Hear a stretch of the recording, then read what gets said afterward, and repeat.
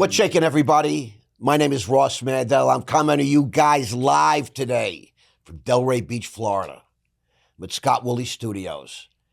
She's easy on the eyes, boy.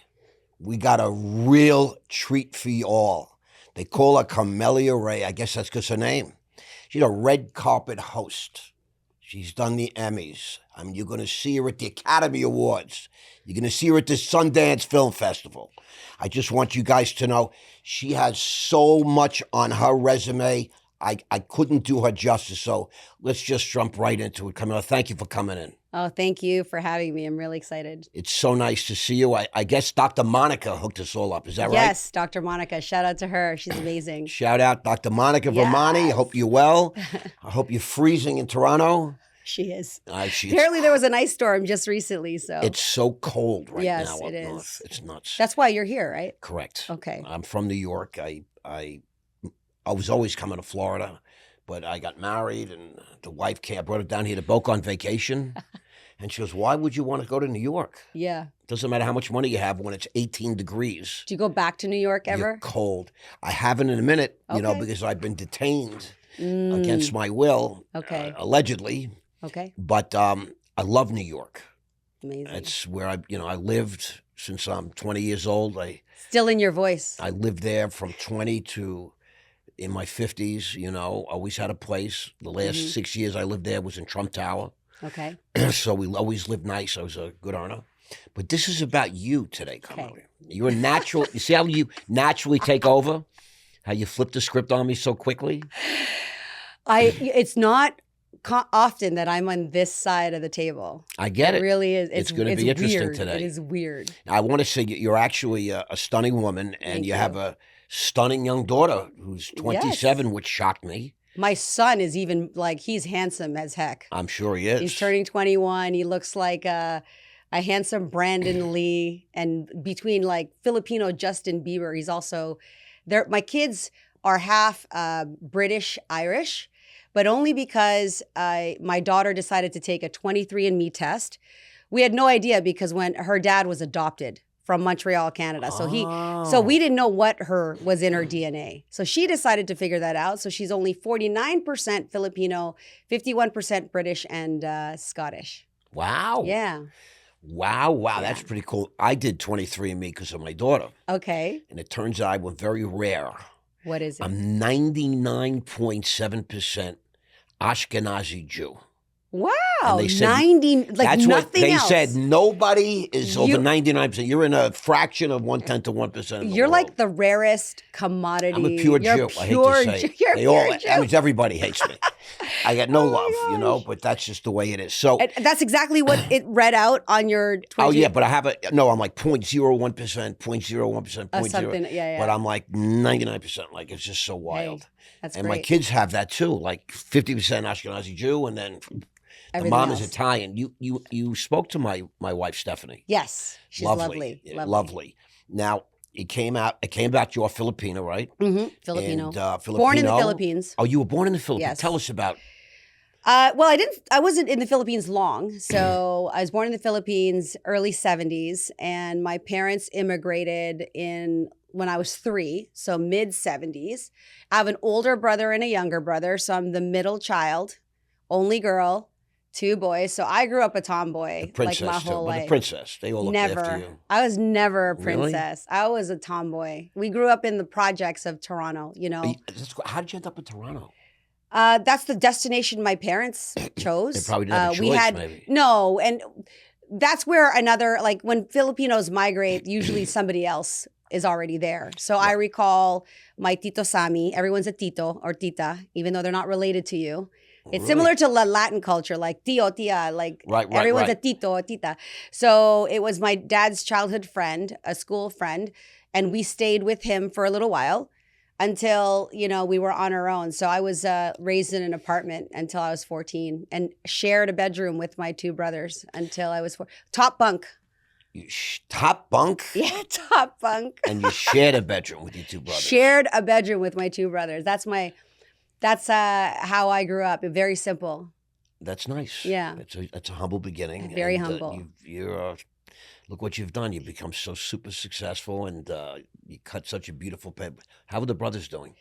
Oh, great. They're both Filipinos are amazing. very hard workers. Yeah. They're very successful. They're both I'm amazing. producing a movie with Michael Capan. Yes. And we have a cast of 225 in the Philippines. Amazing. You should make it out there if you I can. can't, trust me, I can't wait. I'm looking good. forward to it. You won't come. You might not want to come That's back. what he That's says. yeah. And he has a gorgeous Filipino wife. Did he find the partner? No, he met her in his hometown of Virginia. Wow. But again, there's like a community, like Yeah. a Filipino community. Yeah. And, he was, from a very young age, a model, an actor, went out to California when he was 17, drove his truck out there, got his first casting. He became, the Power Rangers. Have you ever heard of him? He's the Blue Power Ranger. Oh. That's a $12 billion franchise. He Wow. movies, and he's a real guy. That's so funny because I can't, like all the power, I would not know who the heck any of the Power Rangers, you don't see their face ever. And he was in One Tree Hill. Okay. That's he dated Kim Kardashian for a whole season of the Kardashians. And he's in with Kim and what's her name, Courtney Go to New York. This is the guy making the movie. He's starring as Larry Hartman. It's a book written by Larry Hartman, a very close friend of mine on the property. And this is non-fiction. No, it's based on his true story. It's a Oh, very okay. true story. Okay. It's wild. It's the Wolf of Wall Street meets Catch Me If You Can. Ooh, It's two intriguing. Leonardo DiCaprio movies. Okay. Michael thinks he's gonna win an Academy Award for this picture. It's I can't gonna wait be a to see serious it. adult film. Okay. No superheroes. It's about sex and drugs and money, high finance, and online gambling and All the things. fake identities and crossing borders for 10 years, skiing in Gestad, playing cards in Baccarat and Monte Carlo. Big Wow. money. Larry made $80-90 million. And then the feds came after. It's an incredible story. He had surgery to alter his features. Did you read the book or did you know his life? I helped write the book. Oh, you're the helped write. co-author. Well, no, I'm not co-author, but I did the first 5 edits. Okay. Five jobs. Cool. He went through 60 edits, rewrites, and all that. That's After super 5, I exciting. said, "Listen, bro, I'm done. I'll sell it, but Yeah. I can't read it. He changed another chapter." Yeah. So, but I'm talking about you today. So you're Mm-hmm. the co-founder of something called Collaboration Media Corporation. Yes. It's like a boutique branding and a media agency. You Yes. transform. You work with entrepreneurs in industry. All the time. Yeah. But you're also a celebrity matchmaker. Yes. Where do we start with you? I think we can start with the matchmaking piece because I started in matchmaking. I was introduced to matchmaking in 1992. I was in my early 20s, and I was working in a call center. So I picked up the phones, and my job was booking appointments. And this is back in the day when mail would advertising would come in the mail. Canada Post, U.S. Post. Snail mail. Snail mail, yeah. And this is pre-internet because Match.com launched in 1995. Online dating only started probably 10, 15 years ago. Yeah.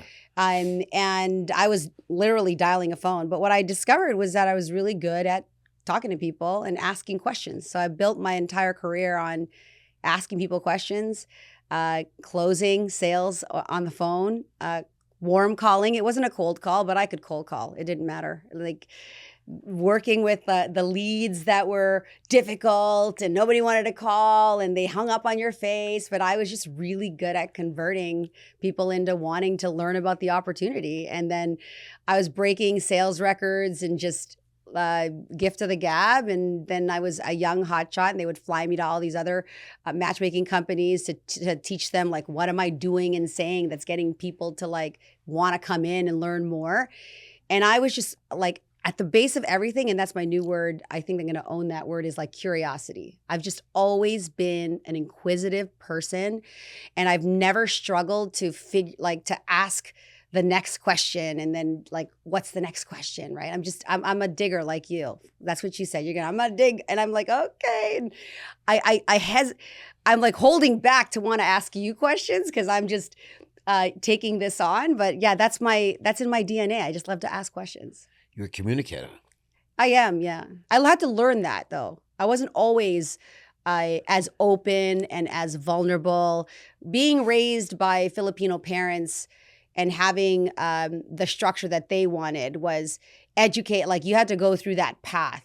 My dad is the eldest of 12. My mother is the eldest of Wow. 11. Oh my gosh. My dad's dad, it was a general in the army who served President Marcos. So my dad was a militant dude. And so everything was regimented. You know, when I was the good thing is growing up, like I learned that structure, but I also learned, you have to work hard, go to school, get an education, all the stuff. Yep. And I ended up running away from home at 17. So I didn't follow any of that because my dad they were too strict. And I guess I always had the, you can't tell me what to do kind of thing. And that was it. And I learned, I had the foundational skills of like, of being resilient and making it and doing your best. But also you don't let people, I think I was raised more like a boy than I was a girl. So when you might think as a woman, I'm a princess no, I was treated like a guy. In my opinion, I didn't start wearing makeup or really being in tune with my feminine side until my 30s. I rode a motorcycle. I got my motorcycle license when I was 18. Could have killed myself 100 million times. Didn't wear a helmet. Wore Daisy Duke shorts and cowboy boots. If I fell off that bike, my skin would have tore off. But you didn't. Super irresponsible. Very bad We look girl. back. Yeah. Was a bad But I want to ask you a question. You're really you're a stunning woman. I mean, I don't think anyone on earth would have a disagreement with that, or even a challenge. But when you were 17, let's say, were you always good looking? Did you always No. attract male attention, like that kind of thing? I always attracted attention. It didn't matter because I was inquisitive. I was in the drama, the first role I had as a kid, I played like a blue jay, and then I was Pinocchio. I have the flattest nose ever. Like I played Pinocchio, so I had a prosthetic nose. That is in grade 4. I was in drama class all the time. I was an ugly sister, one of the 2 ugly sisters in grade 8 for Cinderella. Not because I was ugly, because I wasn't a white Cinderella. So, I mean, I was the ugly I got that stepsister. right. But no, if you looked at and a lot of my friends and my makeup artists now, because I did television myself, after launching my own brand, I did a TV show called Mom versus Matchmaker. So I was a mom. I am a mom. But in this show, I'm competing against moms of millennial age children to see who's a better matchmaker, who could set up a better date. And I did 4 seasons of that, 60 episodes. And that was my first experience in reality TV. How old were you when it was going on? That was in 2015.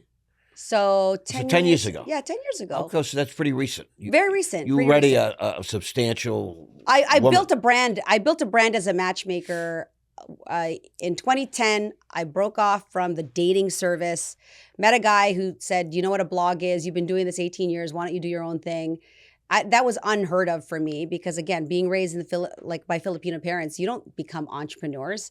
My dad's a nuclear power engineer. My mom's an accountant.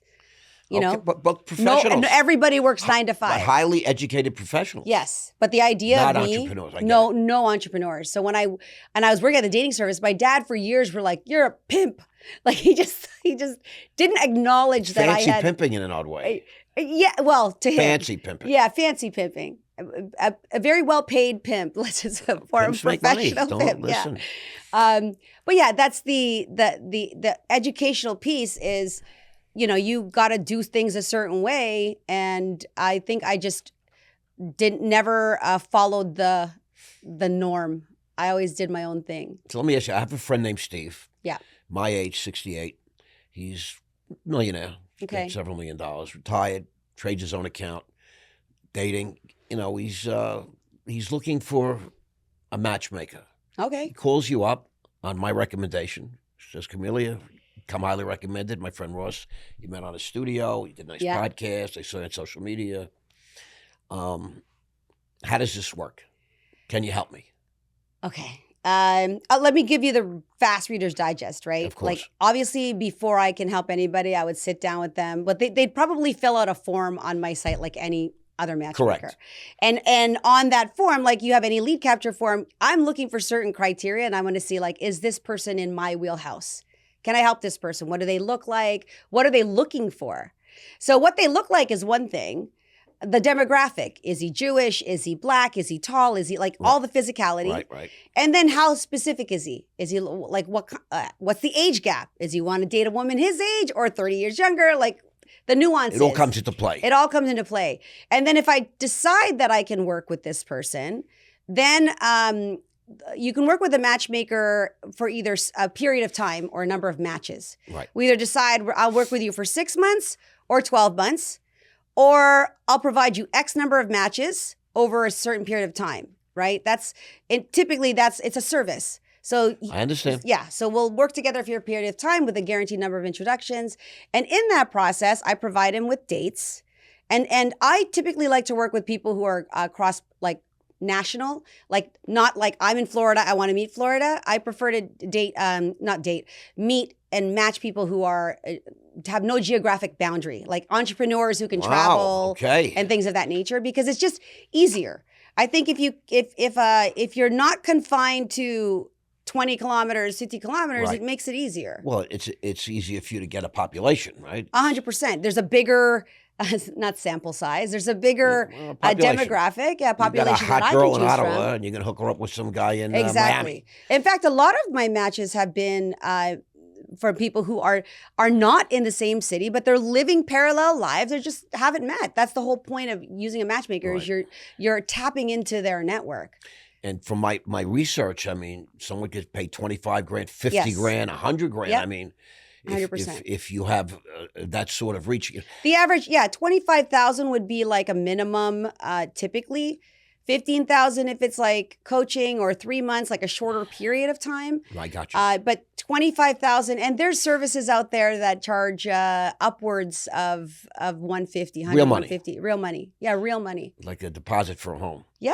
Or an apartment. And then again, the biggest, I don't know if you would agree to that, but I know a lot of clients who have made that investment will say it's nothing compared to that's one of the most important choices you're going to make. No, it's the most important. Yeah. It's the most. I'm glad you see that. Yeah, I got married. I never got engaged until I was 40 years old. Married, 41. Babies at 42. And a wife was 16 years younger. And would you say, Ross, you spent more than $150,000 on the pursuit or search or an entirety of that relationship? A month. Yeah. For 20 years. You see what I'm saying? I don't need to say it's not enough because she's worth. Yeah. She's worth tens of. There's no number. Mm-hmm. It's priceless. Yeah. For a man, the right woman, it allows you. 1 + 1 doesn't even equal 3. It equals 100. Yeah. It allows you to go to levels that, she makes me a better person just having her in my life. Well, what is coming for me in this conversation, I've interviewed David Meltzer. Do you know? Me too. Know David? David's been on this podcast. Yeah, and when he was at the height at his 100 million stage, and things were just about to go in the tank, and his wife then said, "I want a divorce," that's when he's like, okay, no money in the world is going to make up for this beautiful woman who I have children with. And today they have an even, closer, amazing relationship. Shout out to Dave. I love Dave. Yeah. He's a great guy. Yeah. And I've had lots of conversations with a lot of wealthy singles and couples asking those questions. I've interviewed the Cardones, both Elena and Grant, and just so many wealthy couples trying to understand the secret of what is it that makes their relationship work, and then those who are separated, what made it break up. I've spent a lot of time seeking expert advice, and my brilliant psychiatrist at the time said common goals are the most important thing. Mm-hmm. He says, listen, if you're going to connect, hook up, it's because there's that attraction, and that attraction is really important. But it doesn't matter what the attraction is. Over time, things fade.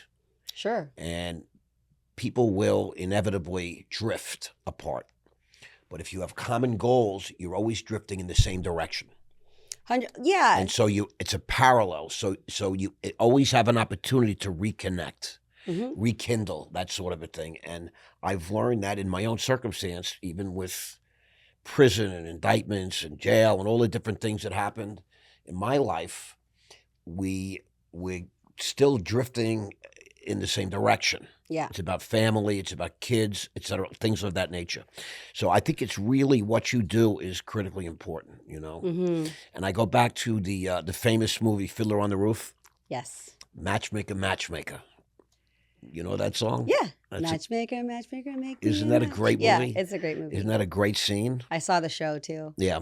Yeah. I saw it when I was a little kid. I Yeah. saw it with zero mustache. Don't ask me to recall it, but I know Right. the songs. Right. It's just that as a matchmaker, that's your theme. Like, you know what I mean? 100%. So I could see, and I did not know that you were a cold calling demon, because So which? Say that again. a cold calling demon, Oh yeah. a phone, you Oh, give yeah. good phone. I is give what we great say. phone. Right. And that's, I can sell iced Eskimo. I love Yeah. that because, I was a cold calling stockbroker. Yeah. That's how I made I all know. my money. One of my favorite shows is The Pursuit of Happiness. Okay. And which one is Glenn Gary, Glenn Ross? Which one is that the movie? That's the movie. And it was a show too. Yeah. Both. Coffee is for closers. I just saw that clip just today, Yeah, earlier like today. I love that. First and prize is a Cadillac. Yeah. Second prize is a set of steak knives. Third prize, fuck you, you're fired. I love it. Alec Baldwin with that. So soliloquy, yeah. when you know a fellow phone person, Yes. like there's just respect because I grew up in that kind of a not a Environment. sweat. It's in that environment, and it was very competitive. And I used to use tick marks of how many phone calls I'd Correct. make and the different fives and then go on the board when I set an appointment and ding, the whole room is like, yeah, so I get it. I was highly competitive. And that competitive nature happened because I'm the sister in between two dudes. Like, Well, it's more than that. You're just something about you. There's no way to really. It would take a long time for me to uncover exactly. March 20, maybe my birthday. I was When is born your March birthday? 25th, Really? 1972. I'm an Aries. Aries. March 18th. Oh, no.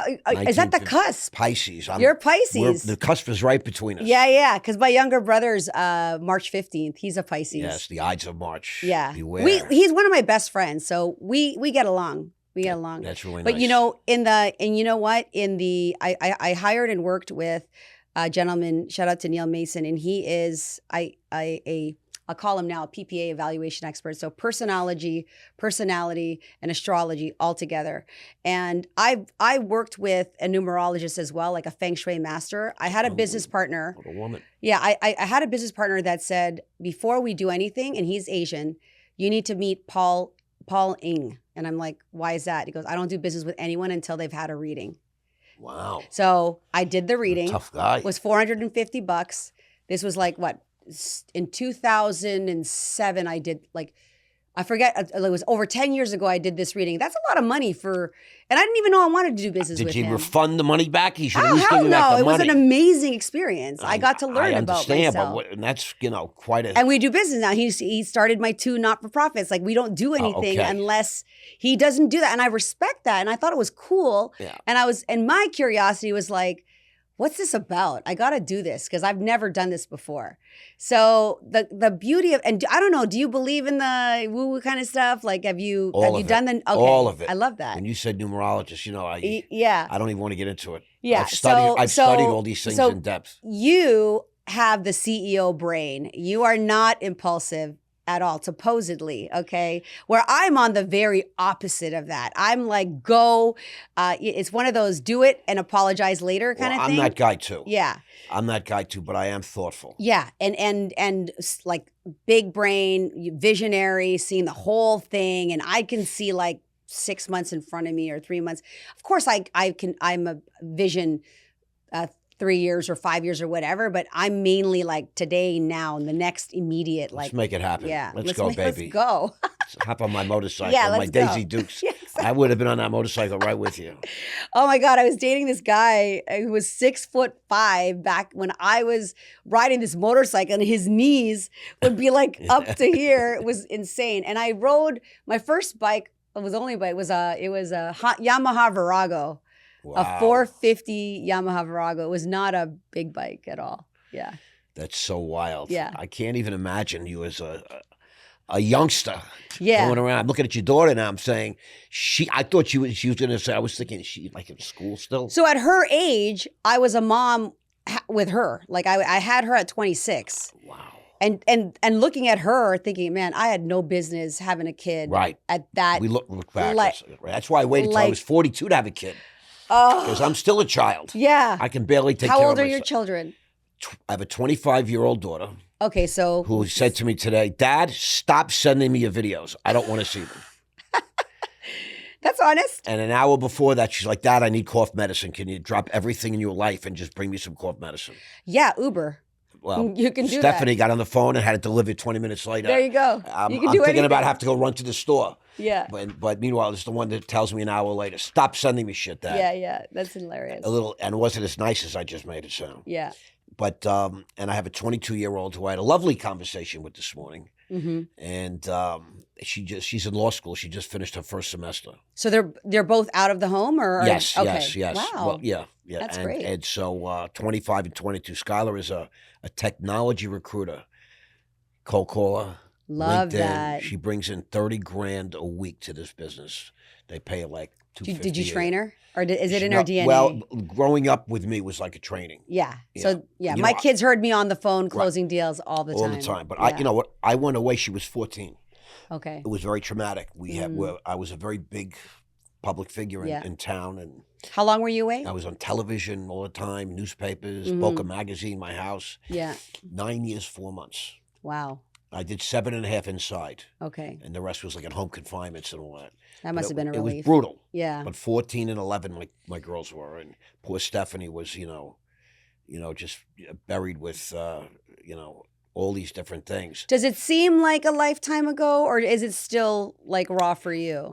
It's less raw every day. Okay. But I was institutionalized. You know, when you're inside, the guys look at you and they say, "Oh, bro, you're gonna be really institutionalized." And I'm thinking, "Yeah, bro," right, yeah. but I'm thinking, not me. Right. But I am. You can't. It's not like I was down for like a few months or a few years. I was in that system, Mm-hmm. and. You don't know what you don't know. Like, how Right, do you you know? don't know. That's one of my favorite sayings. Yeah, you don't know. It's you like don't they know. drop you in a jungle, and you have to live in that jungle for 9 years or 4 months and survive. Yeah. Then when you come out, it's not like you're just like, Mm-hmm. let's go back and party, because the government keeps a loose leash on you. Today I finished probation. I finished 23 months of probation. Today? Well, yeah, the 10th of December. But I have a motion to terminate the whole thing. Okay. I'm waiting on the judge. But, I've been through a lot, just like you, though. You've been through a lot, right? I think so. Are you still married? You still married to the father? No, I got divorced to my older kid's dad in 2006. And then my younger daughter's father, we are living apart, but we're re-looking at things. Okay. Yeah. You co-parenting? We were co-parenting very, very So well. you have a daughter, a young daughter, Yes. 9 years old. This is a great story, if you don't mind. No, of course. She's 9 years old. She's 9 years old and I had her at 44. You had a child Yes, at 44 and I did. conceived just traditionally. Yeah, traditionally. In fact, I just finished shooting season 1 of my reality TV show. And I knew as a kid, like I always wanted to do television. I didn't know how I was going to do television, but I just knew I wanted to. And when I got my own show, that was like, for me, like this dream come true. Yay, I get to do my own show. And then I got pregnant, unexpected pregnancy with my daughter's father. And I was about to do, and I was doing the math. I'm like, we just wrapped season 1. I'm like, shit, I'm going to have this baby in the summer and I have to be on set for season 2, September 8th. And you did it. And I was like, because you could choose. And now you're 45. No, I'm not. I was 9 years later. I'm 53. Oh. So it happened. But because I successfully I knew I had children. Like in my mind, I was young. I didn't look my age. Did you have a C-section? No, all natural. I mean, you're a beast. And you were doing the show. But the thing is, my second baby, my firstborn son, he died at birth. So I had a stillborn child. So that's something I survived. And like we all go, a lot of people don't know a lot of those things. But yeah, I've given birth to 4 children. And wow. I have 3 living. And my youngest is 9. Everything's a blessing. And I think that even for my clients, the mature clients, women that are in their like 38, 40, 41, I think they feel inspired that I was oh, you had a child at 44. I know a lot of women, and people always ask, did you do in vitro? Did you do? Right. I just didn't use protection. I mean, I got it. You pulled the goalie. Yeah. But I'm just saying, I'm inspired by it. Mm-hmm. I am moved by that story. I'm so happy. Well, you how wanted old? to share this. You were how old when you had your? I was 42 and 46, but my wife's 16 years younger than me. Fine, but you're She's always telling me I can't. I'm 40. I'm too old. I'm too old. Yeah. You No, know what you're I mean? not. You know, but in the You 40s, are whatever you are Right. whatever you say. No, but giving birth, you have to be a certain. You know, you have Yeah. to have your menstruate and all these different things. I was But good. I think it's amazing. I just want to say something. So Mhm. we've never met before today, correct? No, I not want to at make sure all. it's out there. Yeah. We've never spoken even, correct? Nope. Okay. So I'm driving here, and I'm trying to I'm always doing a few different things. Yeah. And on my phone, and I shouldn't be doing that, but I say, I got a story. You sent me a story. Yeah. You were in the car driving. Yeah. And I guess you had your daughter and the blonde, the tall Yeah. blonde, in the back seat. And you'd never see you didn't even know who I was? No idea. Okay. No idea. I have to admit. I read all the notes, but I missed the best part. And I just want to say, I was looking at you, and I was transfixed. You were made for television. Thank You you. were made for the camera. I want you to know that. Yeah. And you know what I did? I sent the story while I'm driving and with the lights. I'm saying, why can't I ever get now I want to hit a light so I could do this, and I'm getting all the green lights. I never get a green light. All of a sudden, I need a red light, and I'm still. And I sent my friend Stevie. I said, Which the one making a movie? No, this is Just another one. another One of my friend. partners. Yeah, I have a few guys Yeah. that are my partners in this deal. And I said, you might want to come by the studio. Oh, the because- single one. Yes. Yeah. Yes, Yeah. the I'd guy love was to meet gonna him. refer. Sure. I said, check her out. She's coming on the podcast today. Yeah. I didn't know it was your daughter. I said, there's three Ladies. attractive women, right? Yeah. And And then all three of us show up and you're like, what? It's Christmas but I today. saw you on the camera while you're driving, and you're just like, bam. Yeah. You pop right off that phone, the iPhone 16, whatever Yeah, it is. yeah. You pop. The camera you. loves you, baby. And I see it. And you're even more imposing in person. Oh, so thank you. that's- Yeah, I mean, I manifest as being on the red carpet. And I'm a matchmaker. So, a lot of times people think, well, how do you get in front of celebrities? And how did you get on the red carpet? And I'm like, you just ask. You just inquire. You ask questions. You had a reality show. I mean, I did. But my reality show had nothing to do with me being on the red carpet. No, but you're in front of a camera. Some people, I don't want to say too much, but there are some people that come here and they're affable people. Sure. Maybe not like me or you, but they sit in that chair and all of a sudden they can't speak. I know. And They I think it's choke a real, I think I can't I get it, Right. but we can't get it. I'm witness I don't to it. get I have my close friends. Yeah. The second the camera goes on, they just get No, stupid. They the- can't. The I said, second just the be camera- yourself. And they're like, I'm a camera whore. I love it. I love it. I just Boy, love it. you I and- welcome it. I you love it. men must have a lot of fun with you. Yeah. I mean, I've always shied away from the camera, but it's No, it's stupid you because- shy away from the camera? Well, no, I'm talking about in bed. Oh, different things. Because Okay. when I was yeah. young, I was really quite a. Well, quite I a know specimen. you are often labeled as the real Wolf of Wall Street. So I am you've had actually, like and just so you know, exciting things you know, happen. the guy that Jordy Belfort worked for us. Yeah.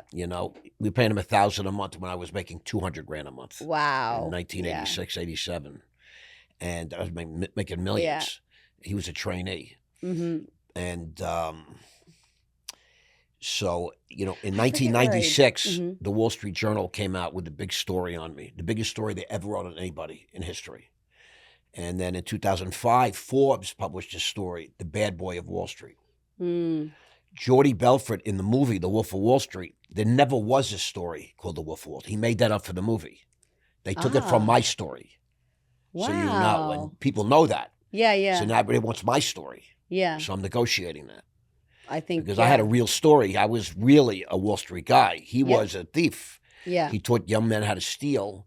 And they all Did he serve time? Did he go to 22 months because he wore a wire. 22 months? Because he wore a wire. Okay. And he had caused 60, 70 people to get arrested. Most are just kids that he talked into coming in the first place that didn't even know they were doing anything wrong. Yeah. It's just a crazy story. But so how do you know Dr. Monica? So Dr. Monica was introduced to me by a former client of mine who came to me at 44. She also is a clinical psychologist, and she was single at the time and not married. Her request was almost like impossible, but Wow. she worked with me. She trusted me. Like she's a white woman, and her ideal man is a professional Black athlete. She's married to a professional Black athlete. Wow. And she had her baby at 46. And what's going on up in Toronto? It's that Canadian air or something. But you know what? She was so coachable, and she really put her trust in me, and she just said, and she paid the fee, which top dollar. Top dollar. And it was that relationship, the energy, her faith, my wanting to do well by her. Like it all worked. I get it. When you are collaborative, it's not like a service here and call me when you have somebody. Right. No, most matchmakers that really make it about the relationship go beyond the service that you pay. They get to know your space, your people, what makes you tick, like the whole thing. And she's the one who introduced me to Dr. Monica, because during the pandemic, my son was a teen at the time. And so him and my youngest daughter's father, his stepdad, were really like at odds. And I wanted, and so we split up during that period, which was necessary. And so I went to Dr. Monica because even as a matchmaker and relationship expert, I don't know when you're dealing with your own issues, like I wanted a professional to help me through and navigate that situation. So that's how I got introduced to her. I hold you in the highest esteem. Mm-hmm. Monica's brilliant. Yeah, she's great. She is somebody that can help you work through your stuff. I spent 7 years in therapy, so you know. That's great. Yeah, I didn't miss a week, and I'm an international banker, traveling the world. Was it foreign to you when you did it in the beginning? Was there resistance? For me, I voluntarily went, and he was very expensive at the time. Still is. And he was, used to get me crazy because he would just sit there basically and listen. Yeah. And he would never tell me what he thinks. Never. Very rarely. He somehow, to his questioning, I came up with the answers. And I have to tell you, I conflate success in business with just being healthy, smart, cool, and all these different things. Because I'm a good earner, and it's easier when I'm not a bad-looking person, and I'm a good communicator. Mm-hmm. I have game, as women say. Okay. They say you got game. But I was always making a lot of money. And some men are very tight with money. To me, money... Some people? They're tight with money. Okay. I know men that are just, billionaires. You couldn't get $5 from them. They're cheap as fuck. Yeah, okay. And I've learned over the years, because I'm a communicator, I'm curious like you. Mm-hmm. Women say, I don't give a shit how much money he has. How much does he have for me? I mean, is he, we're going to go out and, I can't have an appetizer, or if I order 2 drinks, you know what I mean? I mean, men are fucking, let's share a dessert only because I'm cheap, not because I want to share. Yeah. You know what I'm saying? So there's a lot of that element with men that have money. People conflate the idea that just because a guy has money means he's going to spend it on or share it with you. I was very generous. To me, money came freely. Yeah. Money just offers me the ability to spoil people I love. Yeah. And to care for people. An ex-girlfriend I spoke to the other day, and she said, you know what? You're the most generous guy in the world. You really don't give a shit about money, do you? And I said, not really. I care about the people I love having a great time. Yeah, that's a trait of an Aries person as well. Money is a means to spoil people, to provide, to why not use it to make people happy, right? I'm definitely on that side. That's who I am. Yeah. The people in my orbit tend to always do very well. Because I share information, I share relationships. Well, money is one of those core. We talk matchmaking right now. One of the key core compatibility factors that determine whether or not a relationship is sustainable in the long term. If you have different views on money, it's going to be a big issue, and it's going to constantly come up. Oh, it's. I think it's the single biggest thing that I've experienced. That's the single biggest thing. Now, unless you got sort of kinky sexual things, I know men that are, everybody's got their own thing. Yeah, they got their I thing. was lucky. I'm just I tried everything, but I'm just basic. Yeah. After 10 years of figuring it out, Yeah. I realized I just like what I like. But you've been featured on CNN, Fox, the New York Times, the Washington Post, Netflix, the Hollywood Reporter. Mm-hmm. You're currently building Anna, ANNA. Yeah. Which is an AI assistant designed to revolutionize client onboarding. Yeah. In the personal share this. I mean, you are accomplished on so many levels. So basically, have you heard of what an AI agent or what an AI agent is? Okay, I know quite a bit. So essentially, I trained. The company is Fluvio AI, and it's the founder of that. His name is Ab Utakuri. I'm also part of his other presentation platform called Vizetto. But I love tech. I've been exploring tech for the last probably 10 years, and Anna is basically me, a trained agent that will do all of the intake calls. Like if I called Anna now, she would know my script from matchmaking, would ask me the questions, how she heard about me, when was my last relationship. So her job is really just to screen and qualify a potential client and then record that call, book an appointment so that they can see me or not. It just depends on the outcome of that call, Cool. right? I got that. But she is as intuitive and to the best that we can in today's technology. She's me. So she's trained in as much empathy as we can train. Like they're pretty good. I really, really like today's calling agents. I don't know if you've played around with them, but they also do sales calls. Like there's a lot. They book appointments. It's crazy. It's getting better. I'm just gonna say. Yeah, I was on the phone better. the other day, arguing with someone. I Yeah. thought it was a personal time. Then I realized at some point I'm talking to like a fucking robot. Really? Yeah. Okay. That's pretty cool that you couldn't, like, the fact that in the beginning you couldn't tell. It was a woman, and it was an dang. Asian woman. Yeah. And they gave me the name, and she had this accent, and she kept man. saying certain things, and I was like, You said, clued in after. Are you a fucking robot? I'm thinking this mentally. But did you tell her? Did you ask? At first, no. But then eventually I said, you're kidding me, right? I said, I want a human being. I kept hitting 0, 0, yeah, 0. Yeah. It was like the AI is just growing. It's beyond belief what's coming. The AI, and robotics are about to hit the scene. Yeah, the AI can coach. Like, I mean, I don't know, like maybe not on a clinical basis, but they definitely give like, what's a great first date or what should I wear? Nothing to the point where they're solving like emotional issues, but they're pretty good. At some point in time, I mean, it's really unlimited where this tech is going. Yeah. It's fascinating. And if, I think that people like yourself and people like myself, as long as have the willingness to pivot, we'll always be okay.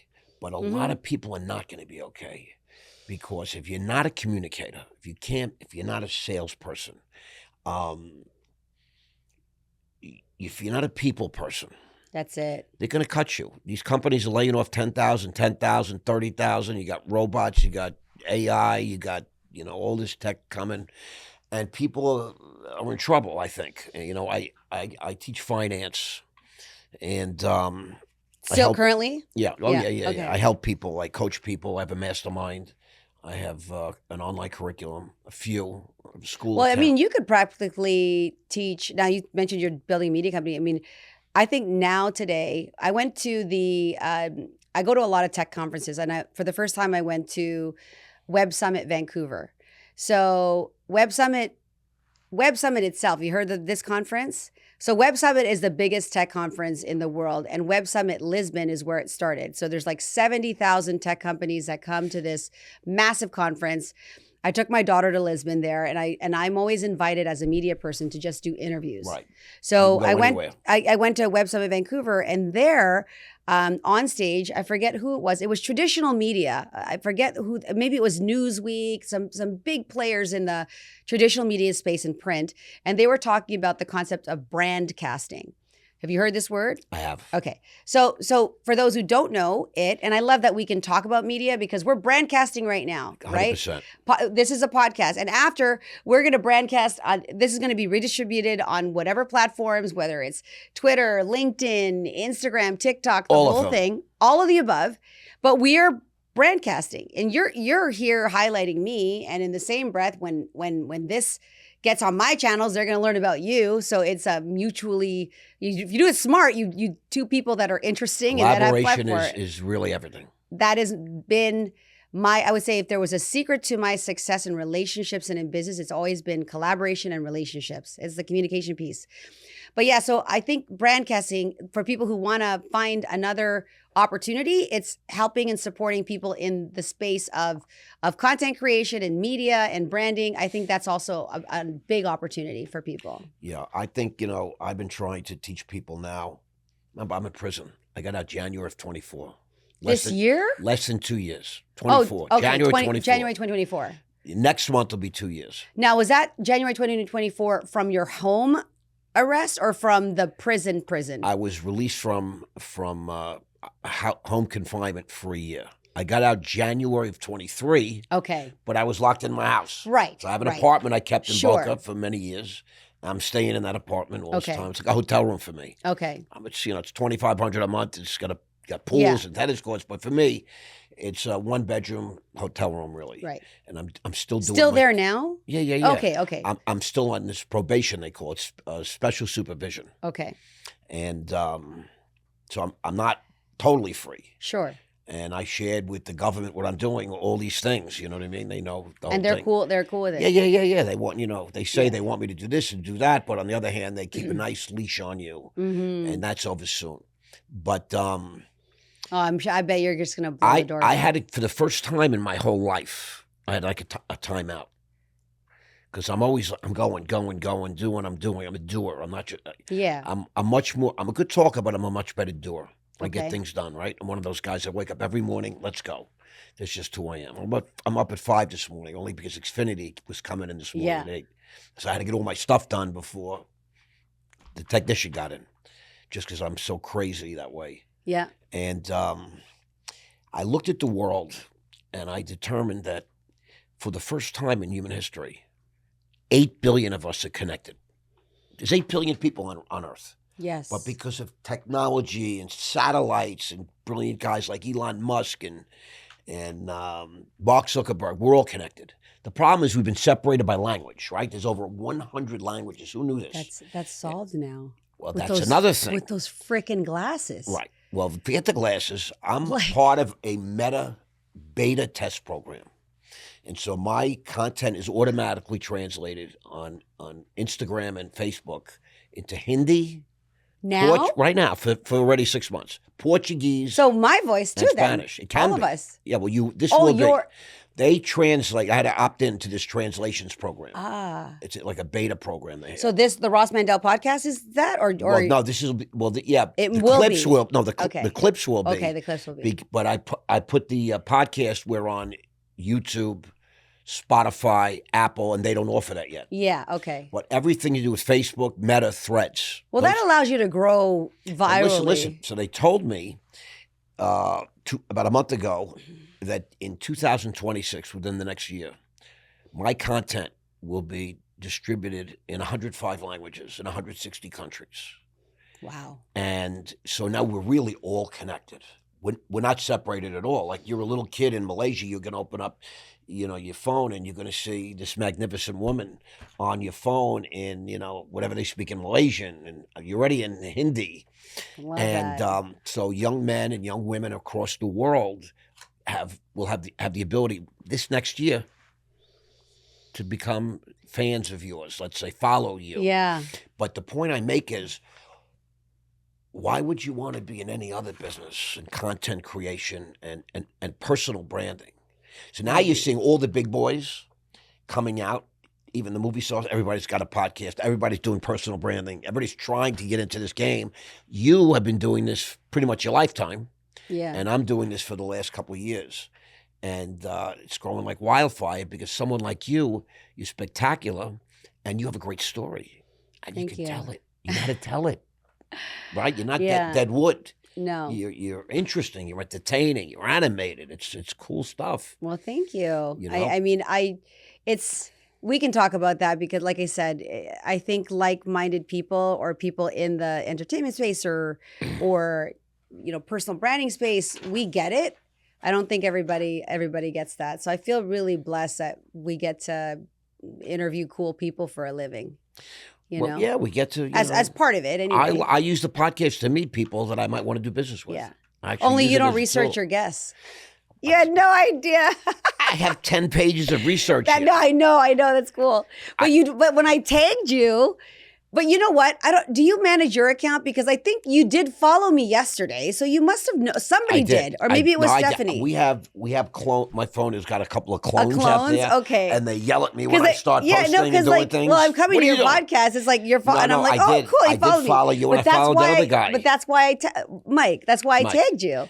Right. And then you saw me, and prior to that, I love that though. See, for me, I was so busy yesterday. It doesn't matter. Podcast, it's your podcast. And I rely on Stephanie. Yeah, of course. I get 10 pages, but last night I read every single thing. That's a testament to how busy you are, right? And so for me, and this is just a pointer for anybody going on to somebody else's podcast. Like if I were coming on your podcast and I didn't know jack shit about you, that's bad. You know what I mean? You got to have some context, or else why would you even want to be on your podcast? So Stephanie I always called me tell last people night, that. and she said, I just heard from Carmelia, and she said to me, I don't know when I don't know what Ross is about. I mean, is it okay? Can we talk about sex and drugs and mating? And Stephanie's like, oh no. Yeah, I know. She's like, well, we're trying to keep a certain when he goes, we try to keep, he goes, but Ross will talk about anything. It's like you open that door and he's going down it. So I can't wait till we get to some sex and drugs. I'm getting warmed up here after 50 minutes because that's been a good part of my life. I guess. I mean, for real. What have you learned about that? Are you sober now? I'm reasonably sober. Reasonably, okay. And I was stone cold sober since 1990. For 25 years, not a drink, a drug, a snort, but also a set of principles. How is that possible? Well, since 1990, so you did all the Wolf of Wall Street stuff in the 80s? Well, no, here's the thing. So, yes, I was one of the bad boys of Wall Street in the 80s. I said that during an article, an interview with Forbes, and they ran with bad boy of Wall Street. Okay. That's all they heard. I was one of the bad boys in the 80s. Drinking, drugging, snorting every night. I'm a young single guy in Manhattan. I'm making $100,000 a month take home. How old were you when do you recall the first moment that cocaine fell on a table or you were introduced to, were you young? I was 1973. Okay. I'm a 16-year-old kid in Long Island. 16. And one of my classmates said, we're going to Steve's house. Steven everybody lived within a mile. And, was a classmate of mine, and he was like one of these chemistry guys, right?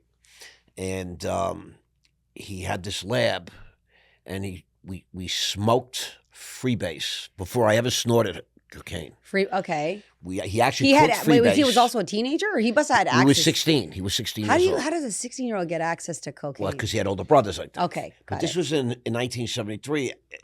Cocaine, drugs were everywhere. Okay. Quaaludes, so... we smoked some freebase, but it didn't really.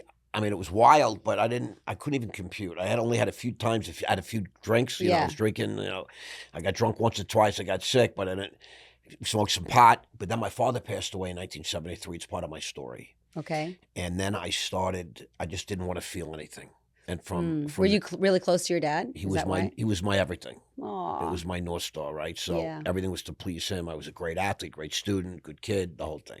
High values, went to religious, I was a reader. And when I was 16 years old, he passed suddenly, unexpectedly. Everything we had was mortgage, borrowed, and leased, real American dream. We had no money. We had to change everything. I smoked some pot that day, and all of a sudden I felt better. And so from I was 16 till I was 33, I was legitimately... A pot smoker? I was stoned every day. Okay. Of whatever you could pills, have. Yeah, whatever. I'm a real cocaine addict. That was the thing that brought me to my knees, right? Right. So I haven't touched cocaine since 1990, and I never will. I have no interest. That's good. I I didn't do anything. I didn't take a pill, a tablet, a hit of weed, nothing for 25 solid years. And then another 5 years, all I did was have one sip of alcohol. So I was really like 29 years totally sober. Wow. Yeah. And, so occasionally now I'll have a drink. Mm-hmm. I don't really care for it too much, but I And when I go out, I no enjoy it. marijuana, nothing. I smoked some marijuana. Okay. And then I found out the United States government informed me that it's You can't have illegal and I can't have any. So like if they do a test, you can't I would have, fail a drug test. Yeah. So you can't have any. So I got my marijuana license. For other things. No, I have a marijuana license, Oh, and to there's grow. dispensaries. A license to grow. Just to use medical marijuana. Okay. The doctors say I need it. Okay. For my conditions, and there's dispensaries all around town, but the federal government says it's illegal. Right. I said, well, I got a few guys you could arrest. Yeah. It's the most bullshit thing in the world, right? But I think it's legal in Canada. It's legal here? Yeah, cannabis is legal in Canada. I understand. Is it not legalized in all of the states yet? No, it's state by state thing. Okay. But in Florida. What about mushrooms? You ever do that? I used to take mushrooms. I love mushrooms. I ate mushrooms, but I had Zappy Zappelin here, who was the. I love psilocybin. I like the medicinal mushrooms for the feel good. Like I did a journey with a medical doctor, and it was just transformative. It was really great. I didn't do it for recreation. I did it for real healing. Right. I had Michael Zappelin here, who made a movie, and it won the Best Picture at the Amsterdam Film Festival. Okay. He's the one that took Michelle Rodriguez, the star from the Fast and Furious, to like Peru, and they. Oh, and they did a journey. Yeah. And then Lamar Odom, the husband, basketball player of one of the Kardashians, who had 7 heart attacks, 2 strokes in the Mustang Ranch, in Las Vegas, Nevada, got him clean by taking him through a mushroom, a psychedelic journey in the jungles of Peru or something like that. So he lives not too far from me. He's been here as my guest, and that's great. He's going to be part of Raw Health, my media company. Yeah, I love that. And I feel like there's a lot of medicinal uses for these things, for psilocybin, for mushrooms, for some of the other things that they tout, only because I've been in the government's custody and it's considered a violation of my. I wonder if they can actually do a test for mushrooms, though. I feel like It would be like psilocybin. They wouldn't test for it. Yeah. It wouldn't come up, but I don't. Yeah. Why would I take a chance? Exactly. To go back to jail for nothing? Yeah. I'd rather wait till I'm. Yeah. It's free, almost done. Yeah. I have a motion filed. Yes. So tell me about drugs with you.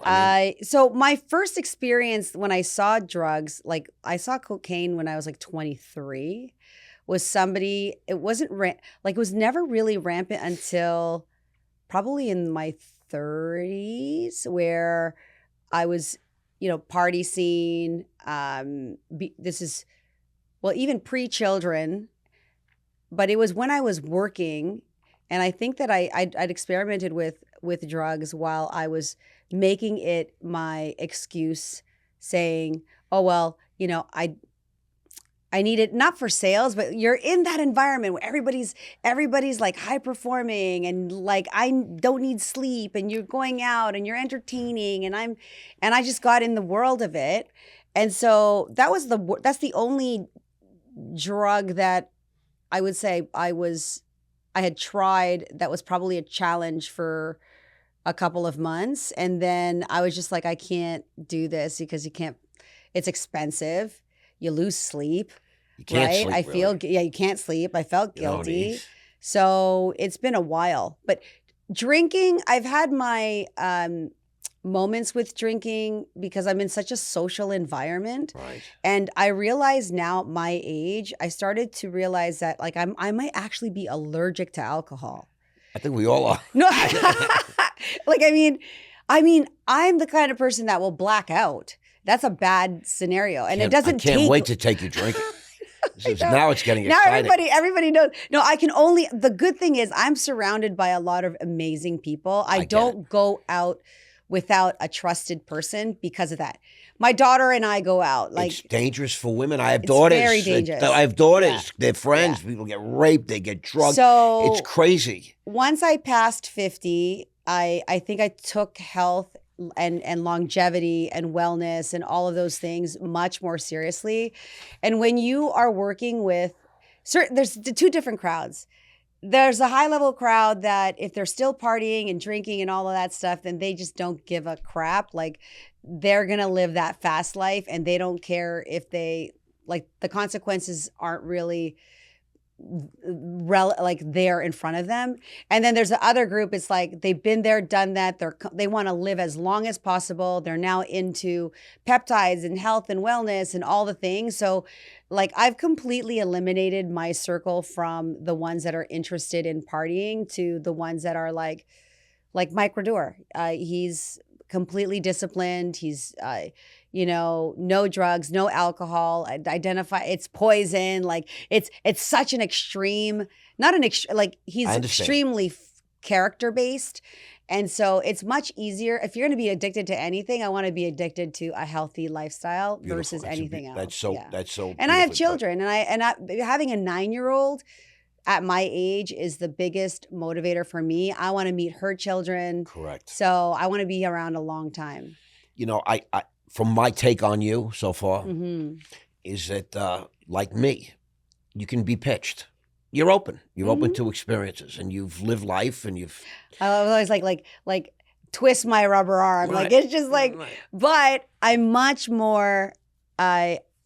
My rubber arm is leaving. Like well, here's the thing: you've experienced a lot, and you now know big fucking deal. Who gives a shit? Yeah. Listen, I did that, been there, done that. 100%. Right? Same thing with sex, and same things with drugs and the scene.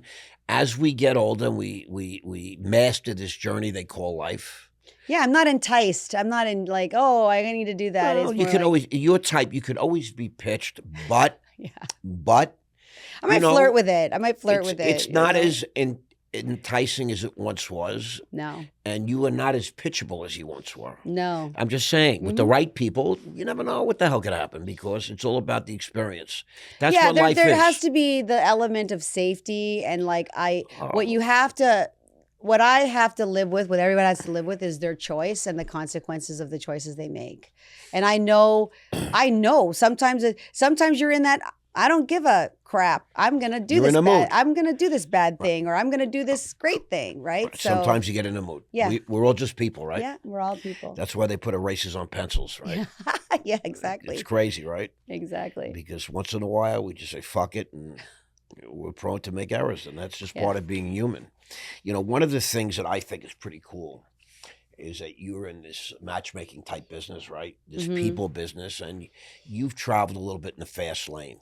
I have. You have. Well, so have my clients, right? So not all my experiences, like, yes, I have many lived experiences, and I don't want to say, oh, I have regrets. There's choices I wish I didn't make. I get it. I can't erase those. I get it. I wish I could, but I can't.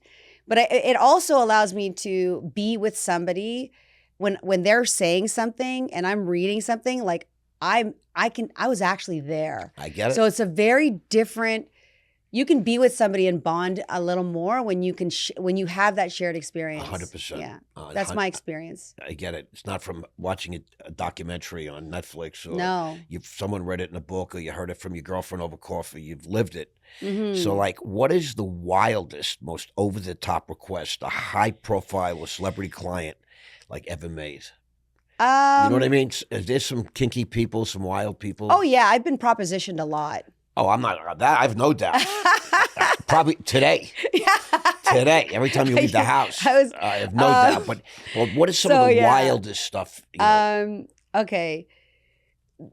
I don't even know if it's wild anymore because I actually went on a matchmaking. I just came back from a matchmaking cruise, and there was a young couple there. They're the founders of Birds of a Feather, and Birds of a Feather is for open relationships, but they call it ENM. Ethical non-monogamy. And there's ethical non-monogamy. Oh, this is a good one. Yeah. So she discovered that she likes women and wants to, doesn't ever want to be with one solo partner when she was 17. She's actually a graduate from the military. Her husband she met in the military, present husband. And when she met him, she's like, look, I like girls. If we're married, there's going to be girls. And he twist didn't. My arm. Yeah, twist my arm. And so, but there's a whole, in the last 15 years, I don't know if it's because I've matured and I'm a non-judgy person. Whatever you do, you do you. That's whatever you do, right? But there's people that are like, you know, I'm just an ear. I'm a listener. So that's been, I wouldn't even say it's the wildest, but when somebody will have a specific body type request or a specific age gap, or they want to do something kinky with feet, or like. There's a lot of that. There's a lot. Yeah. People, really I've been crazy. asked to take pictures of what my size are your feet? You have some 6.5. Feet Okay. Yeah. and that's some nice feet there. Yeah, I know. I mean, There's I've heard some crazy shit I know, myself. it's a lot of things. I'm not even in these business. Yeah, I like yeah. people tell me some shit. But you know, it's cool because I can look them straight face and just say, I can't do that, or I won't do that, or whatever. It's like, that's not, I can refer you to someone to do that. But I don't sit there and go, oh, you know, if someone's being rude or invasive, it's a different situation. I get it. But if they're just coming to me with a request, many times people will marry either partnered or married will ask me to help them find a third or something of that nature. That's like a matchmaking thing? Yeah. I don't have a paid service for that. But if you want to work on a success fee, listen, I'm open. If I think it fits and I'm open to it and it doesn't go against my You might have that moral person compass. just, but the person came to you and said, listen, there's a nice couple. And, yeah. But even here's the thing. If somebody wanted, can you find me a partner so I can cheat on my wife? I wouldn't take that. That's a different request. Yes. I have had those requests where someone's like they want a mistress. I want a mistress, but I'm married. I'm sneaking. And I just think that's not something I want to participate in. But if they don't need me for that, per se. Listen, if you have money, then it's much easier to hire somebody. Yes. I hate to say it like that, but 100%. I mean, Well, they can, but there's services. What am I going to go, go out to restaurants and clubs and try and figure it out? Well, there's Ashley Madison. I'm going to say, right, but there's real places to go for these kind of things. There are, and there's actual swingers clubs and everything. I'm blatantly plain. Yeah. Some of the great swinger places were right here in town. Yeah, I know that.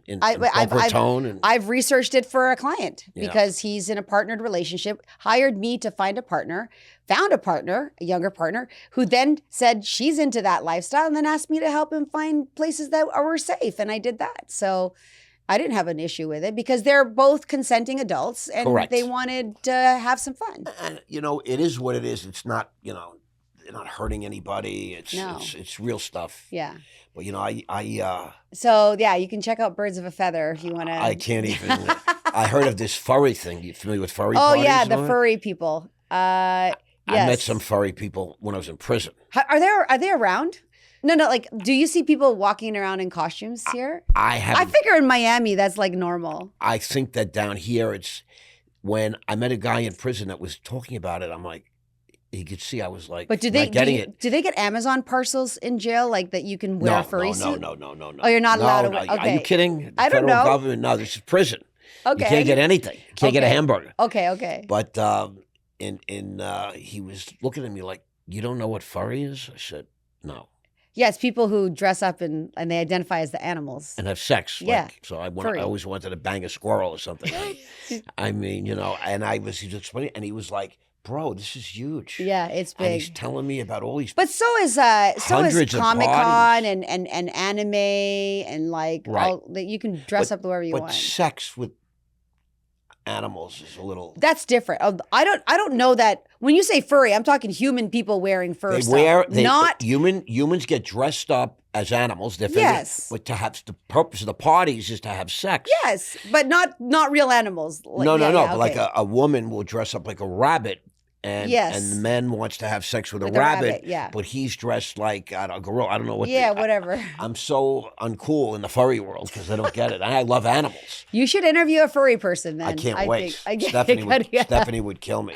I know. We're trying to be like, I get it. A very prim and proper type thing, but it's nuts because that's exciting. Yeah. That's great. And you were talking about, I see where you're going. You're going. You were talking about finding, a partner third, and about this woman that she, discovered she likes women. And I never forget what Howard Stern said. Everybody loves lesbians. Yeah. No one's going to. It's good for ratings. Yeah. The other thing that I have found in some cases where men have acquired a lot of money very quickly. Yeah. Or because then they realize like, oh my gosh, like money is associated with a certain level of power and prestige, right? And then sometimes when they get that money quickly, or if they have, this is not other happened, they have a life-changing situation where they almost died, then it's happened where they've realized, I want more than just like, I love my wife, I love my husband, whatever it is, but they just want more. And it's because they think that they can have more. And it's not that they think, they just want more. Well, they can have more. They can have more. In this world with money, I travel in my crowd is well-to-do crowd. Mm-hmm. It's just the way it is. It's similar. I went to Wall Street when I was 24 years old. I never left really. And I made a lot of money young, but I met a lot of guys in my 40s, guys that had 100 million, 200 million like that. Yeah. Real money. Real money. And but they had never done anything in their lives. Now, why is that? Because they were so focused on making the money? That was their thing. I was a party guy my whole life, and then I got married. So what was their idea of relationship? So they were like very straight-laced. Many of them left their first wives and their beautiful families and just said, I'm a rock star now. Okay. And went. So you saw this. I've lived it with people right in town here, but also I was very big in Europe. I had a house in London. Did they go back at some point, or they? Well, I think that they calmed down a little bit because, again, you go through this, let's say, 10-year stretch where how many women can you have sex with? How many scenes can you have in a jacuzzi? How many, how many private planes can you have? Were you treating people when you're having sex on plane? You do all the things that people fantasize about, and everybody's wired different. Mm-hmm. But I saw a lot of that in my 40s when I was traveling on the road, and I was quite boring at some point because I would go and enjoy because I was representing money. I had a bank. I had $1 billion under management day to day. I had 4,000 people on my payroll. And I would go leave and I go back to my room and I left everybody in the strip club or I left them at some hotel room and some fancy house or apartment and said, listen, I gotta go. Yeah. And because I had a young wife at home and kids and I already did all that. Right. Yeah. I did all that shit. Yeah. See, for some people, it's novel or it's just like if they had this sense of like, I didn't get to do this or that, later in life. then then they get to do that. But it's always, I always really like to see too when some people are unfazed by that. Like they plan for success or like they see that the family and the children are like, I want to share it with them. These are the people that I want to build and grow. Those are the most high value people, yeah. I think. And I cherish the guys that I know like that. It's great that you got to have the fun while you were single, because I did it all. Yeah. That's why I waited. I knew I couldn't get married. It was a joke. I have friends married 5, 6 times. I met a guy the other day. He's 5 ex-wives. He's sitting there at the AT&T store arguing. I said, "Bro, calm down." He says, "Bro, that's my 6th wife. I have 5 ex-wives. I'm trying to keep this one. I can't afford another one." Well, that's I was listening to. I mean, what kind of guy has 5 ex-wives? Are you a moron? You never heard of going out, dating, having sex, and not getting married? He needs a matchmaker. Oh man, what a this guy! And he's cheap. He's like, oh my gosh. Yeah, doesn't sound nice. I give him nothing. And he's proud of that. Like he brags about it. I didn't know the guy. He gave me his whole life story in 10 minutes. Yeah. He goes, let's exchange information. I said, sure. And I'm sitting there pretending, what do you? Yeah. I want to talk to you, bro. Yeah, exactly. You're like a friggin' loser. Yeah. But I'm just saying. Now I know a guy. Met his wife when he was 20 in community college in the 70s. And still together. And he's still married and in love. Yeah, that's great. And that to me is like, wow. I'm like, bro, do you understand how many people met their wives when they were 20? Yeah. Got married in 1983 and are still married. I love those stories. I love those stories. And sometimes a lot of times people marry for familial obligations. It's the wrong reasons, the timing, maybe a child. Like, I got married to my daughter's father because my parents wanted me to get married because Did you have pressure to I was marry married. a Filipino? No, to he's stay a in that Caucasian community? guy. Oh, Nope. no. Wasn't. Not, you know what? By the time we came to North America, I don't think that they cared about. We didn't have a community of Filipinos. I wasn't raised with.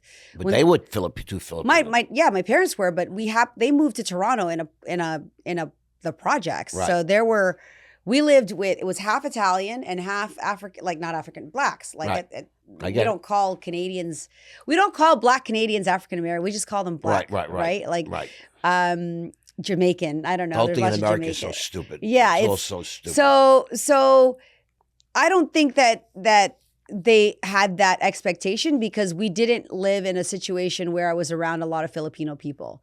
Like when I went to high school, there were a lot more Filipinos, and my first boyfriend in high school was a Filipino boy. But we held hands. Like I did not lose my virginity until after I ran away from home, where a lot of people, I was older. 17? 18.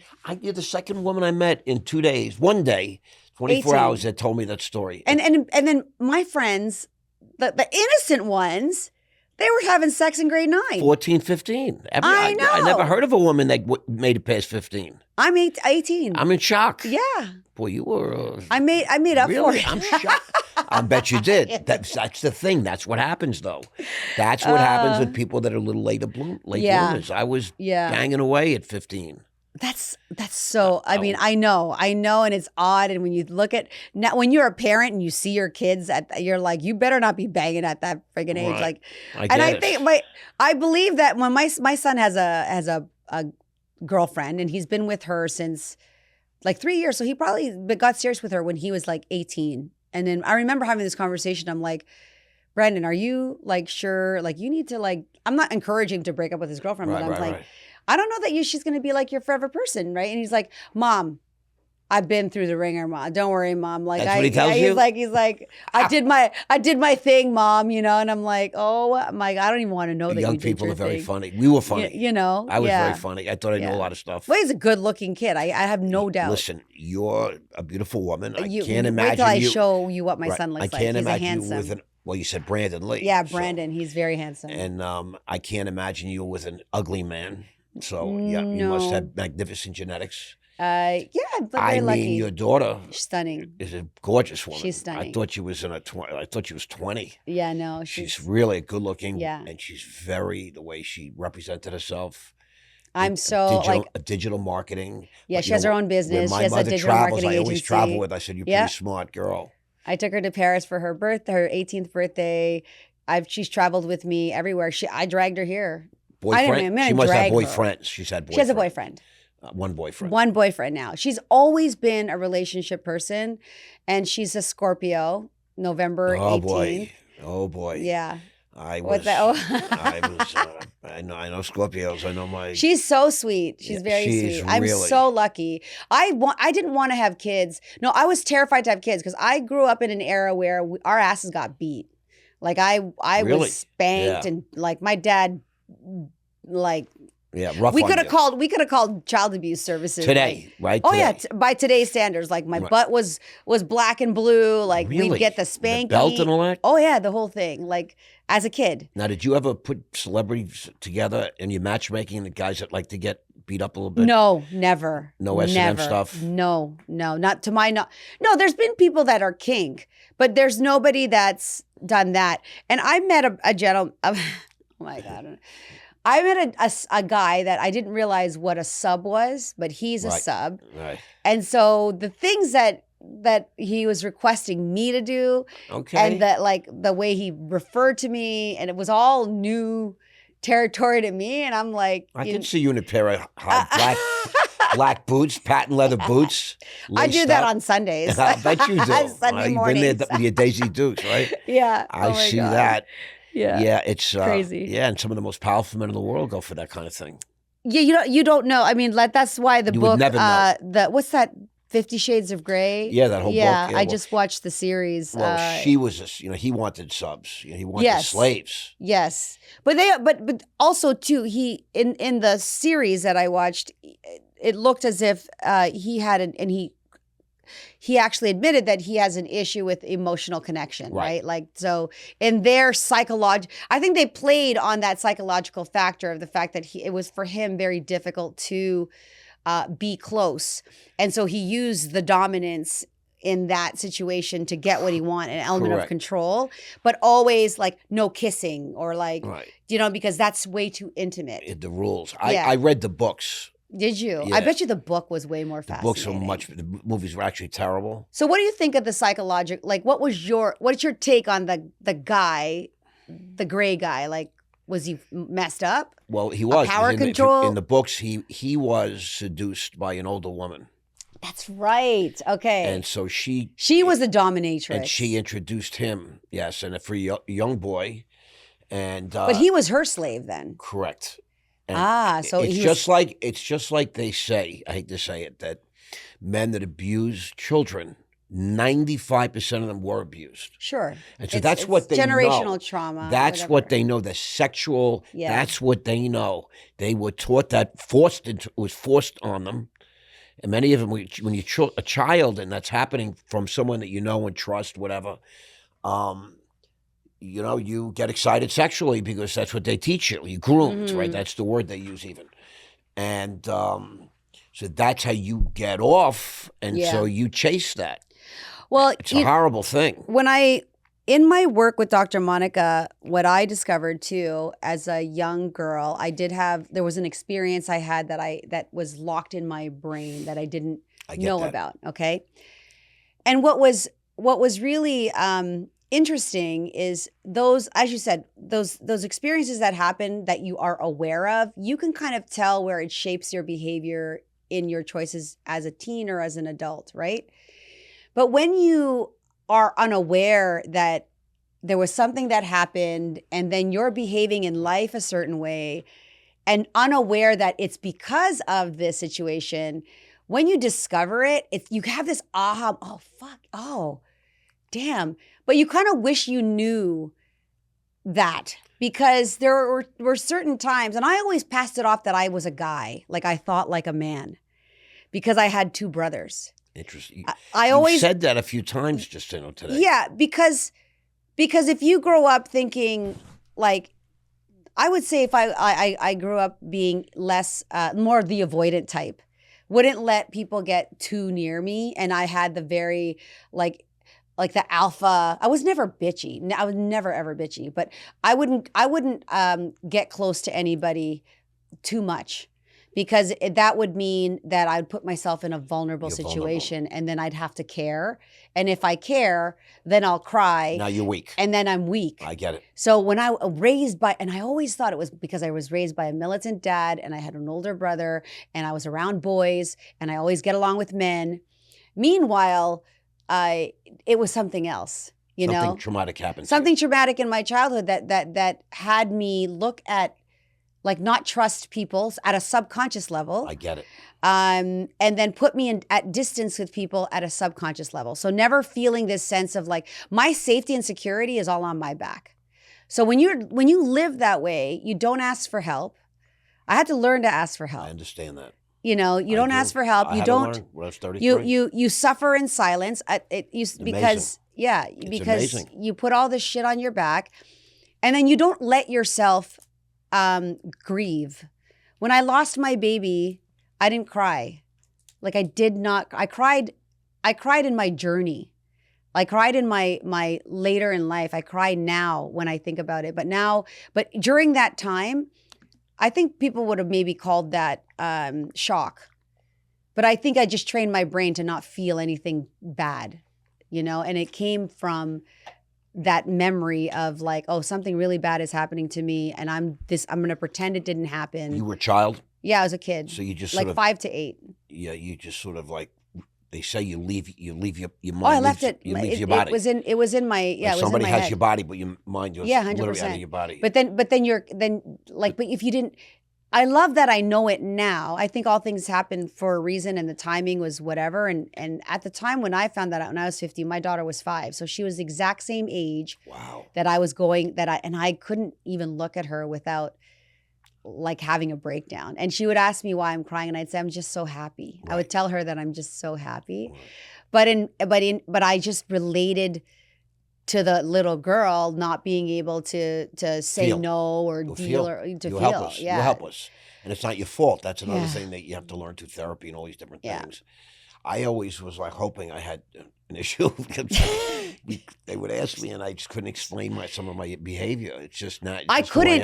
I am. I couldn't explain my behavior. My behavior was like it's just my DNA or whatever, It's just right? the way, yeah. So, but now it's I've been looking for a traumatic thing in my whole life. It's like and- I'm just a dick, But or I'm just an asshole. When my father died, that's when I snapped. I just snapped. I lost all that is. You were how old again? 16.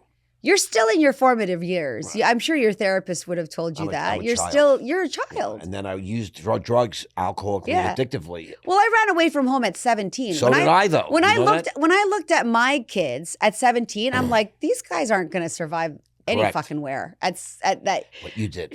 I did. And I did. I Isn't did. that weird? And I did it. But I didn't know any better.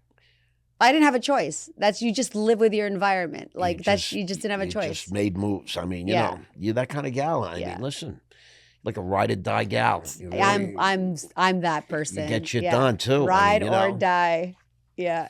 I've died a few times. I bet, but I mean, you know, and yet you're on a red carpet Yeah. at the Emmys Yeah. interviewing people. You're on the Ross Mandell Well, it Going was Public podcast. Emmys I was invited to as Oh. a guest, and I went to the governor's ball and around all famous people, but it didn't matter. I've interviewed at TIFF, all the mega tech conferences, and in Sundance Film Festival. It's Tell where me about Sundance.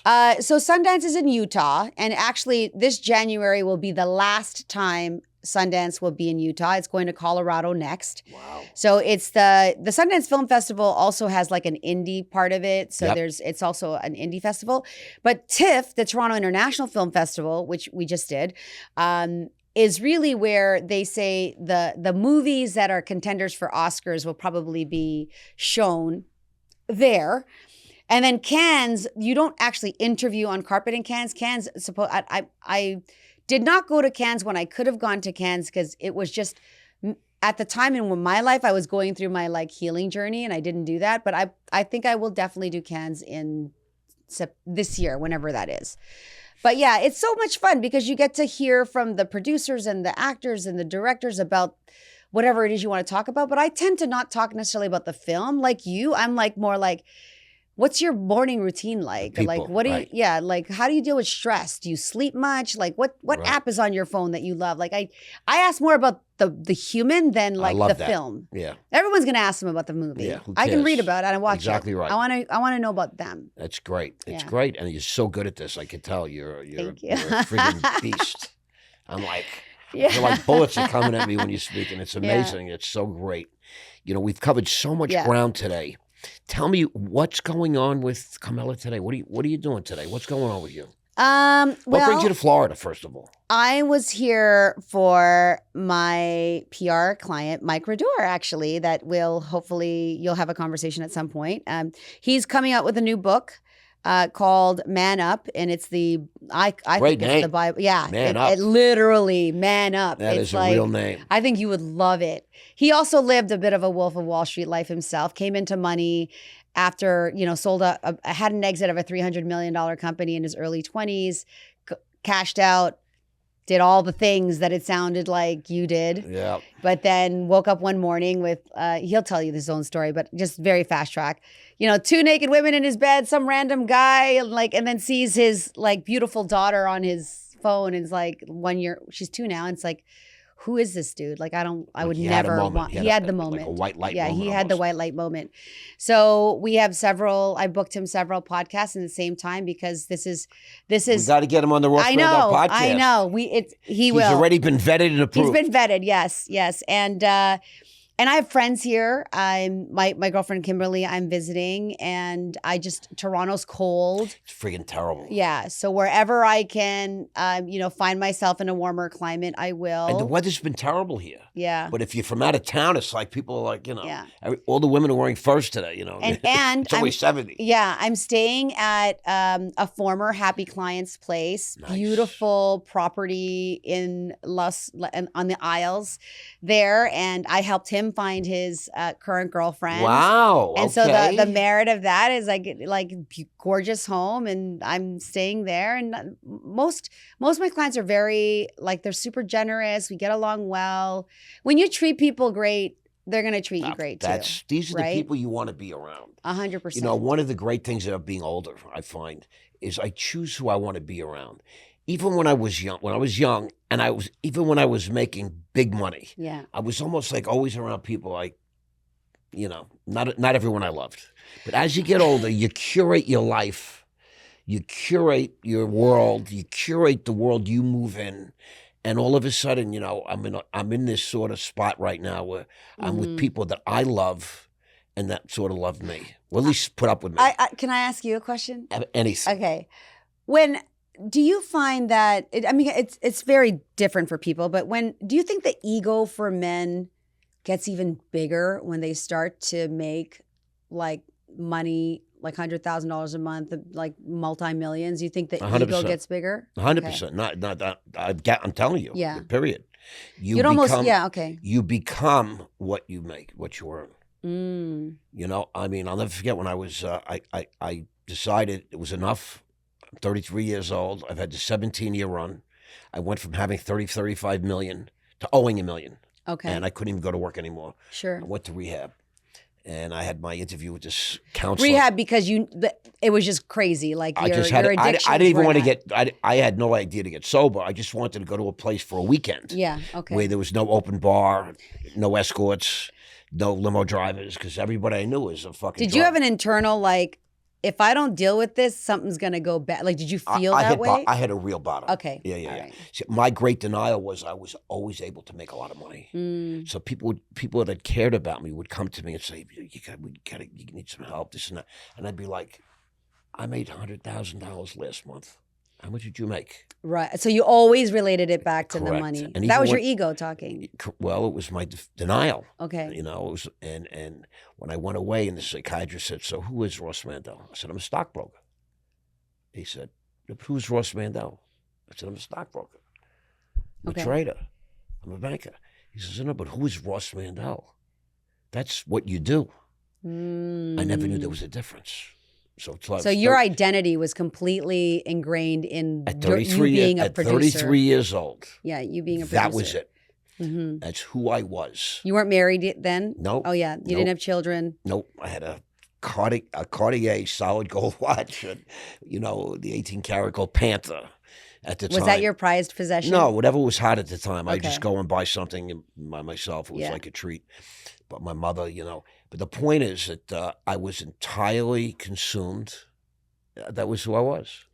And was that the like, I need to prove something to somebody, or I'm not good enough? Like, where do you think that pursuit of like that? I spent my life trying to understand myself. Okay. Yes. So a bunch of those kind of things. Yeah. Turns out I'm a pretty deep person, and I'm very feeling, and I spent a lot of time in AA, 25 years, going to meetings every day. Still now? No, okay. Not lately. I still go once in a while, mostly to bring other people. That's great. But I read, like, you know, whatever I do, I do 1,000%.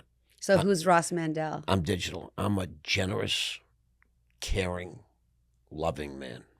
That's who I love that. That's when I'm outgoing. I'm physical. Mm-hmm. Highly aware. Extremely social. I love people. See, now you can you're describing a human being and not identifying as an occupation. So it's crazy because, you know, it took me a long time. Believe me, I didn't get it right away. It took me a long time to figure all that out. Yeah. You know, you're not what you do. Yeah. You're who you are. And sometimes good people do bad things. Yeah. I had to learn that. I had to learn that it's okay. I'm coaching somebody, not because he's having a bad time right now. And it's okay to not be okay. See, I didn't know that. Yeah. Yeah. I did not know it's okay to not be okay. I thought everybody was okay, and I'm walking around, I'm fucked up. No, I did. I felt that way. Yeah, I get it. I had my biggest shifts, especially going to Dr. Monica. And then I always had my biggest shifts when I admitted that I was fucked up in a certain situation, or that like when I asked for help or when I was beyond the answers and I was like, I don't know what to do. Any time I've ever admitted to anybody that I trusted that was the case, like the solution came, but I had to get to a point where I was like, I need to not pretend that I'm okay. Right. It's okay to not be okay. So I'm talking to this guy. He wants to kill himself. He's threatening to suicide. This is yesterday. He just had an issue, and he's been an attorney his whole life, made a lot of money, and now he's going to lose. He lost everything, and finally, the final nail in the coffin. He had $20 million coming to him, and now that's not going to happen. It's the court's taking it all away, and the final decision came out yesterday. He's in New York, and I get a call from a guy. He's like, he's not going to come back to New York. He can't take it. He's going to end it.